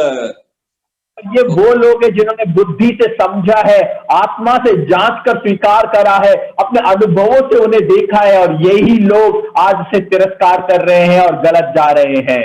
ഞങ്ങളുടെ വാക്കുകളെ വേഗം അവസാനിപ്പിക്കുകയാണ്. हमारी बातों को मैं जल्दी से रोकना चाहूंगा. പക്ഷേ എന്തുകൊണ്ട് ഇത് സംഭവിച്ചു എന്നുള്ളതാണ് ഒരു ചോദ്യം. लेकिन ये ऐसा क्यों हुआ, हमारा विचार, हमारा जो विषय है वो यही है. 18-ാമത്തെ വാക്യത്തിലൂടെ നോക്കണമേ. ഇതേ ലൂക്കോസിന്റെ സുവിശേഷം 9-ാം അധ്യായം 18-ാമത്തെ വാക്യം. हम लोग लूका का सुसमाचार उसके 9वां अध्याय उसके 18वें वाक्य में ऐसा देखते हैं. അവൻ തനിച്ച് പ്രാർത്ഥിച്ചു കൊണ്ടിരിക്കുമ്പോൾ ശിഷ്യന്മാർ കൂടെ ഉണ്ടായിരുന്നു. സ്തോത്രം. और जब वो एकांत में प्रार्थना कर रहे थे तो चेले उनके साथ थे. ഒന്നുകൂടെ, അവൻ തനിച്ച് പ്രാർത്ഥിച്ചു കൊണ്ടിരിക്കുമ്പോൾ ശിഷ്യന്മാർ കൂടെ ഉണ്ടായിരുന്നു. एक बार और हम समझे इस बात को. यहाँ लिखा है, वह एकांत में प्रार्थना कर रहा था और चेले उसके साथ थे. അവൻ, ഇവിടെ ആരൊക്കെയാണ്? यहाँ पे प्रार्थना करने वाला कौन है? യേശു മാത്രം. सिर्फ मसीह अकेला प्रार्थना कर रहा है. അവർ ഒരുമിച്ച് പ്രാർത്ഥിച്ചു കൊണ്ടിരിക്കുക എന്നുള്ളതല്ല, അവൻ തനിച്ച്, യേശു തനിച്ച് പ്രാർത്ഥിക്കുമ്പോൾ ശിഷ്യന്മാർ കൂടെ ഉണ്ടായിരുന്നു. സ്തോത്രം. और यहाँ पर वो सब प्रार्थना कर रहे हैं ऐसा नहीं लिखा, लेकिन वो यहाँ पे लिखा है मसीह अकेला एकांत में प्रार्थना कर रहा है और चेले उसके साथ थे. वो प्रार्थना नहीं कर रहे, उसके साथ थे. സുവിശേഷത്തിൽ എങ്ങും കാണുന്നില്ല അവർ ഒരുമിച്ച് പ്രാർത്ഥിച്ചതായി കാണുന്നില്ല. और सुसमाचार में हम कहीं पर भी नहीं देखते हैं कि इन लोगों ने साथ मिलकर प्रार्थना करी हो. ശ്രദ്ധിച്ച് കേൾക്കണം. अब ध्यान से सुनिए. യേശു ശിഷ്യന്മാരെ പ്രാർത്ഥിക്കാൻ പഠിപ്പിച്ചു. यीशु मसीह ने अपने चेलों को प्रार्थना करना सिखाया. യേശു ശിഷ്യന്മാർക്ക് വേണ്ടി പ്രാർത്ഥിച്ചു. यीशु मसीह ने चेलों के लिए प्रार्थना करा. യേശു കർത്താവ് ശിഷ്യന്മാരുടെ സാന്നിധ്യത്തിൽ, ശിഷ്യന്മാരുള്ളപ്പോൾ മറ്റുള്ളവർക്ക് വേണ്ടി പ്രാർത്ഥിച്ചു. और यीशु मसीह चेलों के सामने औरों के लिए उन्होंने प्रार्थना करा. പക്ഷെ യേശുവിനോടൊപ്പം ശിഷ്യന്മാരും പ്രാർത്ഥിച്ചതായി കാണുന്നില്ല. लेकिन यीशु मसीह के साथ चेलों ने प्रार्थना करी ऐसा वचन में नहीं देखते. പെട്ടെന്ന് ഞാൻ പറയട്ടെ, जल्दी से बताना चाहूंगा. പ്രാർത്ഥന രഹിതമായ ജീവിതം, അവർ അറിഞ്ഞതിൽ അവർക്ക് നിലനിൽക്കാൻ കഴിയാതെ, അറിഞ്ഞതിനെ ഓർമ്മപ്പെടുത്തി നിൽക്കാൻ കഴിയാതെ അവർ വഴുതിപ്പോയ സാഹചര്യമാണ് ഉണ്ടായത്. और ऐसा अनुभव उनका हो गया कि वो प्रार्थना को समझ पाए लेकिन उसे याद नहीं कर पाए, उसे अनुभव नहीं कर पाए, अपने रास्ते से वो भटक गए. പ്രാർത്ഥനയില്ലാത്ത ജീവിതം നമ്മൾ അറിഞ്ഞതിൽ നിന്ന് നമ്മളെ നിലനിർത്താൻ ഇടവരുത്തത്തില്ല. പ്രാർത്ഥനയുള്ള ജീവിതം അറിഞ്ഞതിൽ ഉറപ്പോടെ നിലനിൽക്കാനുള്ള ധൈര്യം നമുക്ക് നൽകി തരും. प्रियजनों, जो बातें हम जानते हैं उसमें हमें स्थिर रहने के लिए प्रार्थना का जीवन हमें मदद करता है. प्रार्थना भरा जीवन में हम सीखी हुई बात से पीछे नहीं हटते हैं. അതും തനിച്ചുള്ള പ്രാർത്ഥനയുണ്ടല്ലോ, അത് നമ്മളെ നിലനിർത്തുന്നത് അത്രേ. സ്തോത്രം. और वो हमारी व्यक्तिगत अकेले की जो प्रार्थना होती है, वो प्रार्थना हमें सीखी हुई बातों में स्थिर रहने के लिए मदद करती है. ആവശ്യത്തിന് സൂം ബൈബിൾ സ്റ്റഡി ഉണ്ട്, ആവശ്യത്തിന് സൂം ആരാധനകളുണ്ട്, സൂം കൺവെൻഷനുകളും ഉപവാസ പ്രാർത്ഥനകളും നടക്കുന്നുണ്ട്. और हम देखते हैं कि बहुत ज्यादा जरूरत के अनुसार जूम में बाइबल मीटिंग्स, कन्वेंशन, प्रार्थना सभाएं बहुत हो रही है. അതിനെല്ലാത്തിനായും സ്തോത്രം. അതിലൊക്കെ അറ്റൻഡ് ചെയ്ത് ആത്മിക അഭിവൃദ്ധി പ്രാപിക്കുന്നവർക്കായും ഞാൻ ദൈവത്തെ സ്തുതിച്ചു മഹത്വപ്പെടുത്തുകയാണ്. सबके लिए मैं प्रभु का धन्यवाद करता हूं और उसमें भाग लेकर आत्मिक वृद्धि पाने वालों के लिए मैं परमेश्वर का धन्यवाद करता हूं. എന്നാൽ ഇതെല്ലാം ഉണ്ട്, ഇതിലൂടെ എല്ലാം അറിയുന്നതിനെ തനിച്ചിരുന്ന് പ്രാർത്ഥിച്ച് പ്രാപിച്ചില്ലെങ്കിൽ സ്തോത്രം ഇതിൽ നിന്നെല്ലാം നമ്മൾ വഴുതി പോകും. ഇതൊന്നും അറിഞ്ഞുകൊണ്ട് ഒരു കാര്യവുമില്ല. लेकिन इन सबको जानने के बाद अगर प्रार्थना में अगर उसे स्वीकार करके ग्रहण करके अनुभव नहीं करते हैं तो सुनने से हमें उसका कोई फल नहीं मिलेगा, वो सब व्यर्थ हो जाएगा. ഉദാഹരണം പറഞ്ഞാൽ, अगर एक उदाहरण मैं आपको बताऊं तो ദൈവത്തിന്റെ വാഗ്ദത്ത പ്രകാരം ദൈവം നമ്മളെ ജീവിപ്പിക്കുമെന്ന് നമ്മൾ ഇപ്പോൾ കേട്ട് കഴിഞ്ഞു. और हमने अभी सीखा कि परमेश्वर के वायदों के अनुसार परमेश्वर हमें जीवन देता है, ये हमने वचन से अभी सीखा है. ദൈവത്തെ പറ്റി അറിഞ്ഞ സത്യമാണ് നമ്മളെ നിലനിർത്തുന്നതെന്ന് നാം കേട്ട് കഴിഞ്ഞു. സ്തോത്രം. और हम ये भी सीख लिया कि परमेश्वर जो हमें वायदे देता है उसमें वो हमें स्थिर करता है, स्थापित रखता है. वचन में हमने ये भी सीख लिया. Price the Lord. ഇതിനെ ആക്ടിവേറ്റ് ആകുന്ന ഒരു സ്ഥലമുണ്ട്, ആക്ടിവേറ്റ് ആകുന്ന ഒരു പ്രക്രിയയുണ്ട്. അത് ഇന്ന് രാത്രി ഉറങ്ങുന്നതിന് മുമ്പെയോ അല്ലെങ്കിൽ ഉറങ്ങി അടുത്ത നേരം പുലരുന്നതിന് മുമ്പെയോ ദൈവസന്നിധിയിൽ പോയി തനിച്ചിരുന്ന് പ്രാർത്ഥിക്കുന്ന വേളയിലായിരിക്കും. आपके जीवन में क्या करना है, काम करना है, तो उसके लिए आपको रात को सोने से पहले या सुबह उठने से पहले आप उसको प्रार्थना में स्वीकार करिए, प्रार्थना करिए, तब ये सुनी भी बात काम करने लगती है. ഇത് പത്രോസ് അപ്പോസ്തലൻ ജീവിതത്തിൽ അനുഭവിച്ചത് കൊണ്ടാണ് ലേഖനത്തിൽ എഴുതിയിരിക്കുന്നത്. और यही बात प्रेरित पौलुस अपने जीवन में अनुभव करा है, इसलिए अपने लेखों में उसके बारे में लिखता है. വാദിച്ചവരും വിരോധിച്ചവരും നശിപ്പിക്കാൻ വേണ്ടി ഇറങ്ങി പുറപ്പെട്ടവരുമൊക്കെ ഉലകത്തിൽ നിന്ന് തുടച്ചു മാറ്റപ്പെട്ടപ്പോൾ അപ്പോസ്തലൻ പിന്നീട് മനസ്സിലാക്കിയത് കൊണ്ട് വിളിച്ചു പറഞ്ഞത്, ഉണർന്നിരിപ്പീൻ, നിർമ്മലരായിരിപ്പീൻ, എപ്പോഴും പ്രാർത്ഥിച്ചു കൊണ്ടിരിപ്പീൻ എന്നൊക്കെ.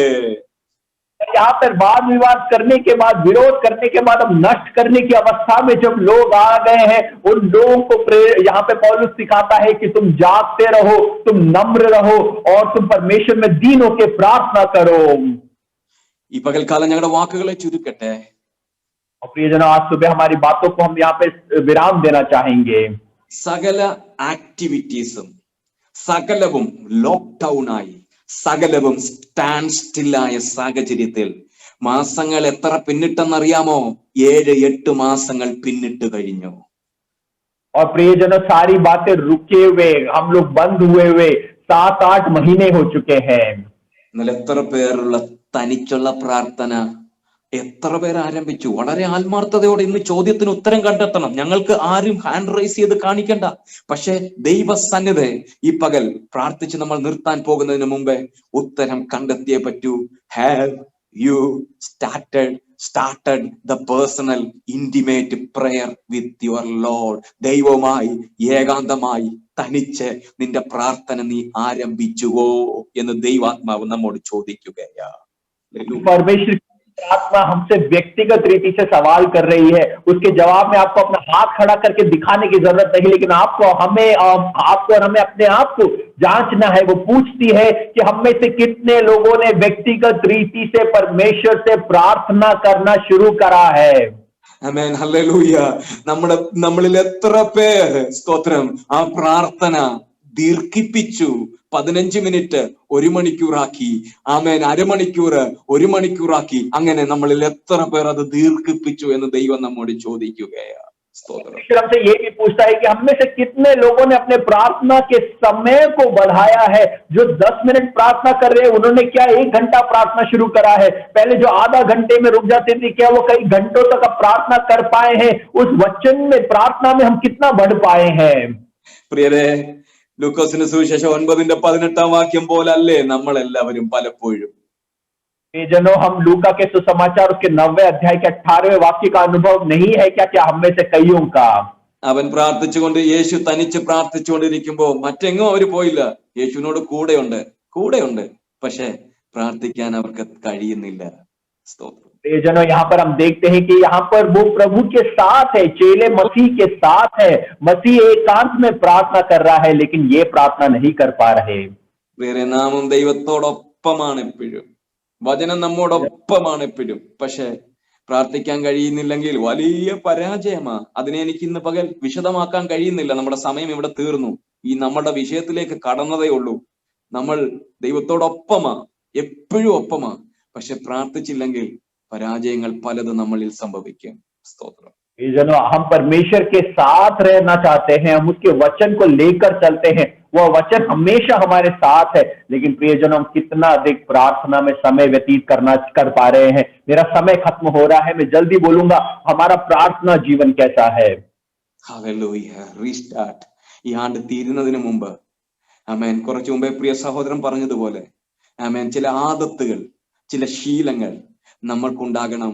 അതിലൊന്നാമതായിരിക്കണം ഇന്റിമേറ്റ് റിലേഷൻഷിപ്പ് വിത്ത് ലോർഡ്. അത് പ്രാർത്ഥനയിലൂടെ മാത്രമേ പറ്റൂ. അത് നമ്മുടെ ജീവിതത്തിൽ പുനരാരംഭിക്കട്ടെ. स्तोत्र। प्रियजनों, हम हमारे परमेश्वर के साथ एक व्यक्तिगत रिलेशनशिप में, व्यक्तिगत रिश्ते में बढ़ने पाए, वो सिर्फ व्यक्तिगत प्रार्थना के द्वारा हो सकता है। हमारा साल खत्म होने वाला है, इससे पहले हम इस साल खत्म होने से पहले वापस प्रभु के साथ उस व्यक्तिगत पर्सनल रिलेशनशिप में, प्रार्थना की रिलेशनशिप में हम बढ़ने के लिए अपने आप को नम्र करें। ദൈവം ഞങ്ങൾക്ക് നൽകിയ നിയോഗത്തോടെ ഇന്ന് പകൽ ഒരു തീരുമാനത്തിനു വേണ്ടി നിങ്ങളെ ഓരോരുത്തരെയും പ്രോത്സാഹിപ്പിക്കുകയാണ്. മറ്റെല്ലാ തീരുമാനങ്ങളും മാറ്റിവെച്ച് തനിച്ച് പ്രാർത്ഥിക്കുന്ന ഒരു സമയം, ഒരു സ്ഥലം, ഒരു രീതി തനിച്ച് പ്രാർത്ഥിക്കുക. ഒരു രീതി ഉണ്ടാകണം. മുട്ടുമേലോ നിന്നോ നടന്നോ ഒരു രീതി, ഒരു സ്ഥലം, ഒരു സമയം. ഞാൻ ഇന്ന് സ്റ്റാർട്ട് ചെയ്യും. പുതുവർഷത്തിന് വേണ്ടി കാത്തിരിക്കല്ലേ, 2020 വേണ്ടി കാത്തിരിക്കല്ലേ. 2022 ട്രമെൻഡസ് ആകണമെങ്കിൽ today is the day, this is the time. ആ തീരുമാനത്തോടുകൂടെ എൻക്ലോസ് ചെയ്യാൻ ദൈവമായ കർത്താവ് നമ്മെ സഹായിക്കട്ടെ. और प्रियजनों, हम हमारे जीवन में 2021 का नया साल शुरू होने का इंतजार ना करें। हम हमारे जीवन में आज वो निर्णय ले कि प्रभु मैं तेरे साथ वो समय बिताऊंगा। हम उस प्रार्थना की रीति को हमारे जीवन में स्वीकार करें। हम चलते हुए प्रार्थना करें, घुटनों में प्रार्थना करें, बैठे प्रार्थना करें, लेकिन उस रीति को हमारे जीवन में हम स्थापित करें। प्रभु मैं तुझसे प्रार्थना करूंगा, प्रभु मैं तेरे साथ समय बिताऊंगा। उसके लिए अगले साल का इंतजार ना करें, अभी अपने आप को प्रभु में नम्र करके उस बात को हमारे जीवन में एक आदत बना लें। ഇന്ന് പകൽ ആ തീരുമാനം എടുത്താട്ടെ. സ്തോത്രം. आज आप वो निर्णय अपने जीवन में लीजिए। തനിച്ച് നീയുമായി സമയം ഞാൻ ചെലവഴിക്കും. और हे परमेश्वर, तेरे साथ में अकेले समय बिताना शुरू करूंगा। അത് ദൈവത്തെ പറ്റി അറിഞ്ഞതിന്റെ വ്യാപ്തിയിലേക്കും അതിൽ ഉറച്ചു നിൽക്കുന്നതിനും സത്യങ്ങളെ നമ്മളെ ഓർമ്മപ്പെടുത്തി നമ്മെ നാമായി രൂപീകരിക്കുന്നതിനും ഇടവരുത്തും എന്നത് തീർച്ചയത്രേ. और तब निश्चित रूप से वो हमें परमेश्वर में स्थापित कर उसमें स्थिर रहकर चलाने का वो कारण बनेगा।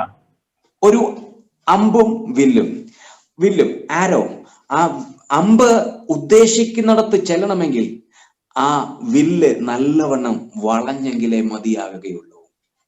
और अगर हम एक तीर और उसके कमान को अगर हम गौर करें तो तीर को अच्छे से अपने स्थान में तेजी से अपने निशाने पे पहुंचना है तो उस कमान का, उस बो का अच्छे से मुड़ना जरूरी है। പ്രാർത്ഥന നമ്മെ ഒരു വില്ല് പോലെ ദൈവസന്നിധി വളയ്ക്കുന്നതാണ്. നമ്മുടെ ജീവിതത്തെ ലക്ഷ്യസ്ഥാനത്തെത്തിക്കുന്നതിന് പ്രേരിപ്പിക്കുന്നതാണ്. ആകയാൽ ഇന്ന് പകൽക്കാലം ദൈവത്തോട് തനിച്ച് ദൈവസന്നിധിയിരിക്കാൻ സമയം വേർതിരിക്കാം. അതിനായി ദൈവം നമ്മെ സഹായിക്കട്ടെ. अगर हमारा तीर, अगर हमारे विषय, अगर अपने स्थानों में सामर्थ्य से पहुंचने हैं, तो प्रार्थना हमारे जीवन में वो कमान का काम करता है। उसको हमारे जीवन में जितना इस्तेमाल करें, उसको जितना बेंड करेंगे, उतना अधिक वो प्रार्थना फल लाने वाला, अपने स्थान में पहुंचने वाला बनेगा। उसके लिए हम अपने आप को प्रभु में नम्र करें। Praise the Lord. പ്രിയ ഭായി സിജു ഒരു പാട്ടിന്റെ ഈരടികൾ പാടുകയും നമ്മൾക്ക് ഒരുമിച്ച് ദൈവത്തെ മഹത്വപ്പെടുത്തുകയും ചെയ്യാം. और भाई सिजू अब गीतों के द्वारा हमारी अगुवाई करेंगे। परमेश्वर आपको सहायता करने पाए। Thank you, Jesus.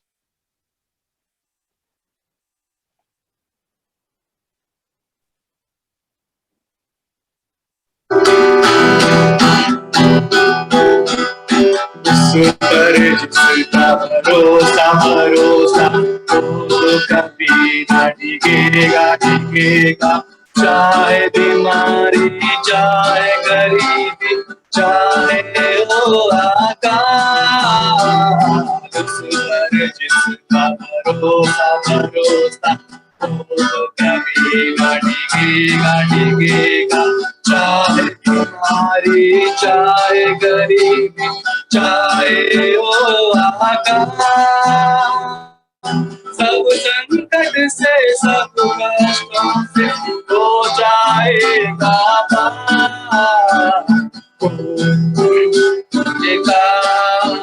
जय जयकार करे,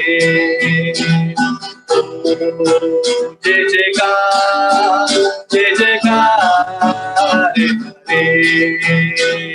ओ है हमारा राजा राजा, दुख संकट से बचाता बचाता, हम पर अपनी करुणा करता और करता उपकार।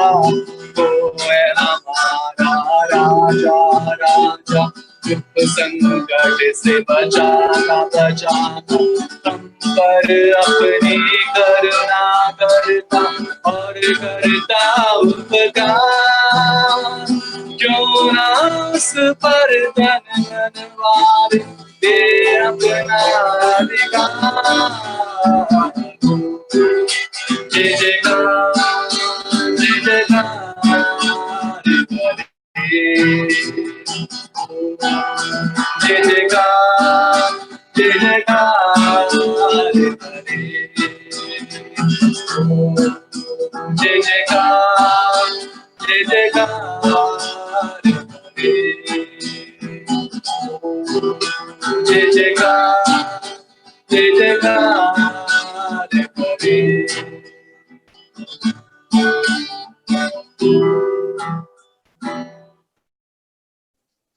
हालेलूया. നമ്മുടെ കണ്ണുകളെ അടയ്ക്കാൻ നമുക്ക് ഒരുമിച്ച് പ്രാർത്ഥിക്കാം. हमारी आंखों को बंद करें, हम प्रार्थना में आ जाएं। ആമേൻ. Praise the Lord. പരിശുദ്ധനായ ദൈവമേ, നന്ദിയോടെ ഞങ്ങൾ അങ്ങേ വാഴ്ത്തുന്നു, സ്തുതിക്കുന്നു. परमेश्वर, हम आपको ये सारा आदर महिमा देते हैं प्रभु जी। കർത്താവേ, അങ്ങ് ഞങ്ങളെ അറിയിച്ചതിനെ അത് സത്യമാണെന്ന് ഉള്ള തിരിച്ചറിവോടെ അതിൽ ഉറച്ചു നിൽക്കുവാൻ, അത് ഓർത്തെടുക്കുവാൻ ദൈവമേ ഉതകും വണ്ണം, ഇടയാകും വണ്ണം തനിച്ച് യേശു ദൈവത്തോട് പ്രാർത്ഥനയിൽ സമയം പങ്കിട്ടതുപോലെ ഞങ്ങളും തനിച്ച് അങ്ങയോട് പ്രാർത്ഥിക്കുന്നവരായിരിക്കാൻ ദൈവം സഹായിക്കണമേ. परमेश्वर, आप हमारी सहायता करिए, जैसे मसीह ने एकांत में आपके साथ समय बिताया प्रभु जी, उस प्रकार से प्रभु जी मसीह के साथ प्रभु जी समय बिताने के लिए, परमेश्वर तेरे साथ समय बिताने के लिए प्रभु आप हमारी सहायता करिएगा खुदा बाप। കർത്താവെ, പലപ്പോഴും ഞങ്ങൾ ശിഷ്യന്മാരെ പോലെ യേശു പ്രാർത്ഥിക്കുമ്പോഴും ശിഷ്യന്മാർ അവിടെ ഉണ്ടായിരുന്നത് പോലെ കർത്താവെ, നീ ഞങ്ങൾക്ക് വേണ്ടി ദൈവസന്നിധി പക്ഷപാതം ചെയ്തുകൊണ്ടിരിക്കുന്നുണ്ട്. ദൈവമേ, അങ്ങ് ഞങ്ങളെ നടത്തിക്കൊണ്ടിരിക്കുന്നുണ്ട്, അങ്ങ് ഞങ്ങളെ പോഷിപ്പിക്കുന്നുണ്ട്. അപ്പോഴൊക്കെ നിന്റെ സന്നിധിയിലാണെങ്കിലും ദൈവമേ, ആ പ്രാർത്ഥനയുടെ നിലവാരത്തിലേക്ക് ഉയരാൻ, നീയുമായിട്ടുള്ള അഭേദ്യ ഇന്റിമസി ഞങ്ങൾക്ക് ബിൽഡപ്പ് ചെയ്യാൻ കഴിഞ്ഞിട്ടില്ല.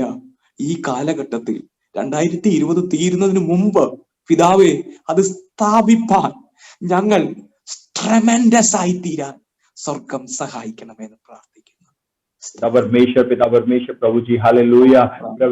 के साथ वो समय बिताने के लिए पिता परमेश्वर, प्रार्थना में वीर बनने के लिए प्रभु जी हमारी सहायता आप करिएगा पिता परमेश्वर। जैसे मसीह एकांत में समय बिताते थे उस प्रकार से पिता परमेश्वर आपके साथ समय बिताने के लिए उन चेलों के समान नहीं, जब मसीह समय बिताते थे वो उनके साथ थे लेकिन वो प्रार्थना नहीं करते थे, ऐसा अनुभव नहीं, लेकिन आपके साथ प्रभु जी व्यक्तिगत रीति से समय बिताने के लिए आप हमारी सहायता करिए कि 2000 आने वाला समय पिता परमेश्वर हमारे लिए अद्भुत बन जाए, उसके लिए हम प्रार्थना करते हैं प्रभु। ഹല്ലേലൂയ. കഴിഞ്ഞ ദിവസങ്ങളിൽ ദൈവം പുതുവർഷം കൊടുത്തവരെ ഞങ്ങൾ ഓർത്ത് പ്രാർത്ഥിക്കുന്നു. സ്തോത്രം. पिछले दिनों में प्रभु जी आपने नया साल जिन लोगों जो हमारे कलीसिया में लोगों को दिया उसके लिए प्रभु आपका धन्यवाद करते हैं। പ്രിയ ജേക്കബ് അങ്കിളിനായി പ്രാർത്ഥിക്കുന്നു. പ്രിയ ഇന്നേ ദിവസം പുതുവർഷം ദൈവം ദാനം കൊടുത്ത പ്രിയ സഹോദരി ബെറ്റ്സി സിബിക്കായും പ്രാർത്ഥിക്കുന്നു. സ്തോത്രം. और पिता परमेश्वर जेकब अंकल के लिए प्रभु आपका धन्यवाद करते हैं, आपने उनको एक और साल प्रभु जी दिया, उसके लिए आपका धन्यवाद करते हैं मेरे प्रभु जी। सिस्टर बेट्सी सिबी के लिए प्रभु जी आपका धन्यवाद करते हैं, आज के दिन आपने उनको उनके व्यक्तिगत जीवन में एक और साल दिया है। കുടുംബജീവിതത്തിൽ ദൈവം പുതുവർഷം ഇന്നേ ദിവസം ദാനം കൊടുത്ത പ്രിയ മോന ലിൻസിനായി കുടുംബത്തിനായി, കഴിഞ്ഞ ദിവസം ദൈവം പുതുവർഷം ദാനം കൊടുത്ത ഇന്ദു രതീഷ് കുടുംബങ്ങൾക്കായി ഞങ്ങൾ പ്രാർത്ഥിക്കുന്നു. സ്തോത്രം.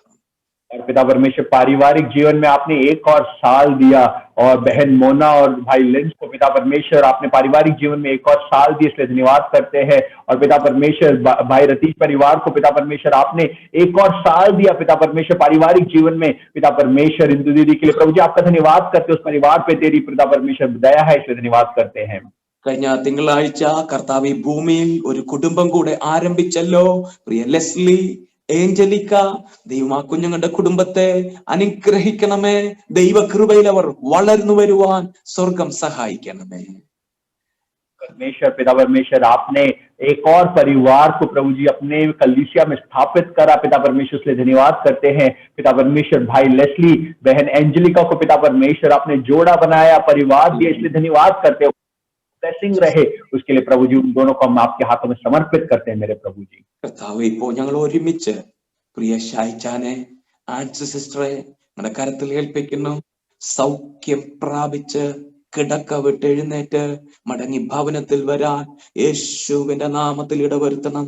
സകല രോഗത്തിന്റെ ബാധയെയും ശക്തിയെയും യേശു നസറേന്റെ നാമത്തിൽ ഞങ്ങൾ ഭത്സിക്കുകയാ. കർത്താവിന്റെ സൗഖ്യത്തിന്റെ കരം നിന്റെ मक्कलुടെ മേൽ വെളിപ്പെടുമാറാകട്ടെ. पिता परमेश्वर इस समय हम प्रार्थना करते हैं आंसी दीदी के लिए और शाजी अंकल के लिए पिता परमेश्वर प्रभु जी हालेलुया। जब वो रोग से ग्रसित है पिता परमेश्वर उन पे अपनी चंगाई का अद्भुत का हाथ इस समय उनके ऊपर आने दे। पिता परमेश्वर शत्रु की ताकतें जो उनको नष्ट करने के लिए अपनी आवाज खोल रही है, तेरे नाम से उसे हम शासित करते हैं, पे तेरी चंगाई रहे। पिता परमेश्वर शाजी पे भी तेरी चंगाई रहे, प्रार्थना करते हैं तेरे नाम से उनके ऊपर हीलिंग इस समय हम मांगते हैं, एज अ कलीसिया हम मांगते हैं जी। കർത്താവെ ഞങ്ങളെ സമ്പൂർണ്ണമായി തൃക്കരത്തിൽ താഴ്ത്തുന്നു. നൽകി നല്ല ആരാധനയ്ക്കായി കർത്താവെ സ്തോത്രം എല്ലാത്തിനുമായി ഞങ്ങൾ അങ്ങേ വാഴ്ത്തുന്നു, സ്തുതിക്കുന്നു. पूर्ण रूप से प्रभु जी तेरे हाथों में हम सब अपने आप को नम्र करते हैं, जो तूने आराधना दिया प्रार्थना दिया प्रभु जी उसके लिए प्रभु हम आपका धन्यवाद करते हैं। കർത്താവേ ആമേൻ ഹല്ലേലൂയ. പാടിയവർ, പ്രാർത്ഥിച്ചവർ, വചന ശുശ്രൂഷിച്ചവർ, കേട്ടവർ, ഗ്രഹിച്ചവർ, ഏറ്റെടുത്തവർ എല്ലാവരെയും ദൈവം ഒരേപോലെ അനുഗ്രഹിച്ച് നിലനിർത്തുമാറാകണമേ.